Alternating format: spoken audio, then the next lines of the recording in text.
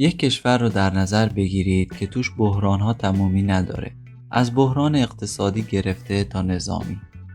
با وجود اینکه مساحت کوچیکی داره و حتی از قوم خودمونم کوچیک‌تره، تنها امیدش صنعت توریسته. داریم از کشوری صحبت می‌کنیم که خوشگذرونی توش هیچ وقت متوقف نمیشه و روی تک تک دلارهایی که از خارج وارد میشه برنامه ریزی کرده. برای همین با وجود اینکه کشور اسلامی هست و دین بیشتر مردمش اسلامه، ولی خیلی آزاده از نظر عقاید و حجاب و موارد دیگه. داریم درباره کشور لبنان حرف میزنیم. کشوری که اگه پاتون در مکانهای تفریحیشون بذارید اصلاً فکر نمی کنید که توی یک کشور عربی هستید. فقط قبل از اینکه ویدیو رو شروع کنیم برای حمایت از ما ویدیو رو لایک کنید و کانال پیام مخفی رو سابسکرایب کنید. تو این کشور خوشگذرونی مثل رقص‌های سرگرم کننده مصری نیست. در واقع شبیه بهترین کلوب‌های شبانه اروپایی است که در این کلوب‌ها انواع رقص‌ها آزاد و سرو انواع مشروبات هم مانعی ندارد. با وجود اینکه هزینه زندگی در این کشور بالاست، ولی مردمش اصلا تو خوشگذرونی کوتاهی نمی‌کنن و همیشه کلوب‌های شبانه پر از جمعیته. دولت لبنان برای راضی نگه داشتن مردمش و توریستا مصرف الکل رو تو این کشور آزاد و همچنین مصرف سیگار هم در فضاهای سربسته آزاد و همه افراد چه توریست و چه لبنانی ها میتونن با هر نوع پوششی از سواحل آفتابی این کشور لذت ببرن. از طرف دیگه وقتی به بیروت نگاه میکنیم آسمون خراش‌های بلندی رو میبینیم، ولی این آسمون خراش‌ها به معنی یک کشور پیشرفته نیست، بلکه چون لبنان مساحت خیلی کم و جمعیت زیادی داره مجبور شده ساختمون‌های بلندی رو بسازه، مثل کشور سنگاپور. وقتی تو خیابون‌های لبنان قدم میزنید مردم خیلی راحت هستن و این راحتی رو از پوشش افراد میتونید حس کنید. مثلا زنها با تاپ و شلوارک معمولاً بیرون میان. از جمله معایبی که میتونیم در اینجا بگیم هزینه‌های زندگی در این کشور بسیار بالاست. دلیل اصلی ناراحتی مردم لبنان بالا بودن این هزینه‌ها نیست، بلکه بخش خدماتی این کشور بسیار ضعیفه. بیمارستان‌ها بهداشت خوبی ندارن. سرعت اینترنت تو این کشور خیلی ضعیفه. حدوداً سرعت اینترنتشون اندازه کشور خودمونه. و دسترسی به داروها و تجهیزات پزشکی هم تو این کشور خیلی سخته. فقیرترین شهر لبنان شهر طرابلسه. این شهر تو بخش شمال لبنان و نزدیک سوریه قرار داره. لبنان بناهای تاریخی و مکانهای گردشگری زیادی داره و شهر بیروت به اسم عروس خاورمیانه شناخته میشه. لبنان به عنوان یک کشور جمهوری خواه اداره میشه.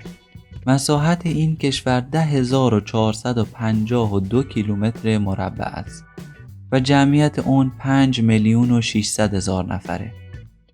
شاید فکر کنید کوچک بودن این کشور که حتی از قوم خودمون هم کوچکتره باعث شده به راحتی از مرزهاش دفاع کنه، ولی این چنین نیست. این کشور کوچیک تو موقعیت جغرافیایی قرار گرفته که به خاطر همسایه‌هاش وضعیت خیلی امنی نداره. چون لبنان به عنوان یک کشور خاورمیانه‌ای از غرب با دریای مدیترانه و از شمال و از شرق با سوریه هم مرزه. همونطور که میدونید سوریه سالهاست که دچار جنگ و هرج و مرجه و از جنوب هم با اسرائیل هم مرزه که رابطه خوبی با هم ندارن. تردد بین لبنان و اسرائیل تقریبا غیر ممکنه. حتی مار اسرائیل هم اگر تو پاسپورتاشون باشه بازم نمیتونن وارد این کشور بشن. واحد پول این کشور لیره است. لبنان کشوریه که از توریست‌ها خوب استقبال میکنه تا بتونه موقعیت اقتصادی خوبی رو به دست بیاره. برای همین هم سعی میکنه با غذاهای سنتی و بناهای تاریخیش، سواحل زیباش و کلوب‌های شبانه‌اش توجه توریست‌ها رو به خودش جلب کنه. پایتخت این کشور شهر بیروته. بیروت یه میراث واقعی برای دنیاست. تو این کشور 42 دانشگاه وجود داره و لبنانی‌ها به تحصیل اهمیت خیلی زیادی میدن و از هر 10 نفر تو این کشور 1 نفر مدرک دکترا داره. با اینکه بیشتر مردم این کشور عربن، ولی 40% مردمشون مسیحی، 50% مسلمان و 6% به دینهای دیگه اعتقاد دارن. نیمی از مسلمانان شیعه هستن و نیم دیگهش سنی هستن. تو لبنان تفاوت مذهب خیلی زیاده، ولی همشون به زبان عربی صحبت میکنن که بهش میگن عربی لبنانی و به خاطر اینکه توریست‌های زیادی هر ساله به این کشور میان، به زبان انگلیسی هم تسلط کامل دارن. این کشور که قدمت تاریخی داره، در زمان کوروش کبیر به امپراتوری هخامنشی پیوست و چون مردم خبره‌ای تو دریانوردی بودن، ستون فقرات دریایی هخامنشی رو تشکیل میدادن.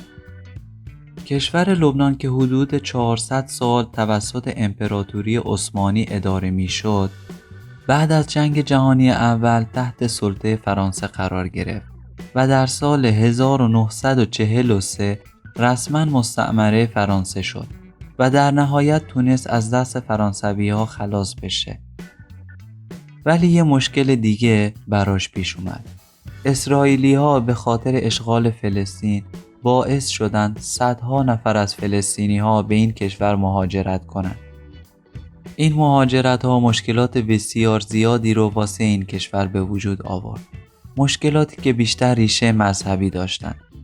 قبل از این اختلافاتی بین شیعه‌ها و سنی‌ها و مسیحی‌ها تو این کشور بود. ولی با اومدن فلسطینی‌ها تو این کشور مشکلات روز به روز بیشتر شد. باعث شد بین سالهای 1975 تا 1990 درگیری‌هایی توی لبنان به وجود بیاد که توی این درگیری‌ها صدها نفر کشته شدن. به نظرتون اوضاع الان لبنان تقصیر دولت لبنانه یا اسرائیل یا فلسطین یا آمریکا یا ایران؟ به نظرتون تقصیر کیه؟